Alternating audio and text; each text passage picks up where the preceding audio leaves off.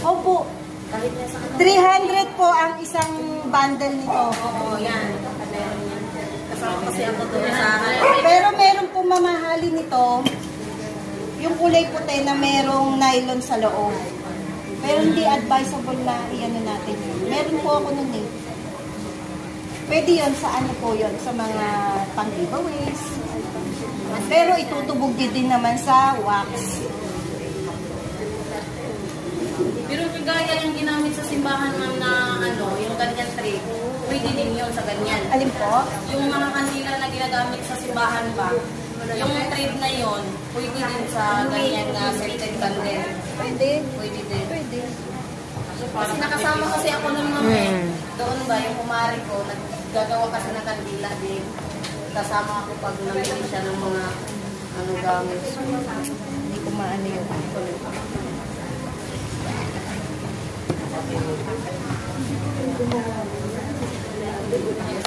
Sinabi ko lang na gumagawa ng microwax. Microwax na kasi ang tawag dito. Yung iba kasi talagang puro. Yung Puro ganito ang ganito. puro nila. Kaya ang tagal, tignan nyo oh. Bago makapag-set Tumitigas pa lang up. yung dito, meron pa rin Malambot pa, opo. malambot pa yung nasa ilalim. Oh.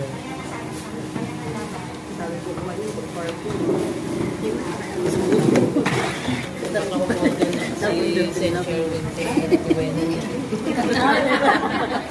Ito po yung pagtatanggal nito, gaganituhin nyo lang. Yung mga, kahit po yung dito, i-gaganito nyo lang po yun. Tapos po ganyan. Sa baso po, i-gaganito nyo lang.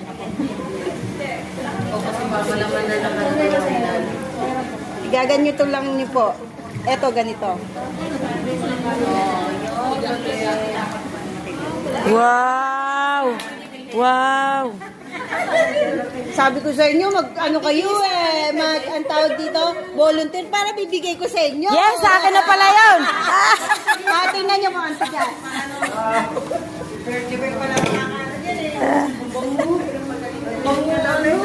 Pero po pagka puro, hindi po tayo makakatapos ng ganyan. Hindi, magkano po ang benta Pagka nyo? po puro. Tatlo-tatlo po ang benta Bukas nyo? na po ang ano niyan. Yung sa akin yung pink. Tatlo-tatlo po ang benta nyo o isa-isa? Tatlo po. Hindi pwedeng isa lang, halimbawa. Depende po sa inyo kung anong gusto nyo.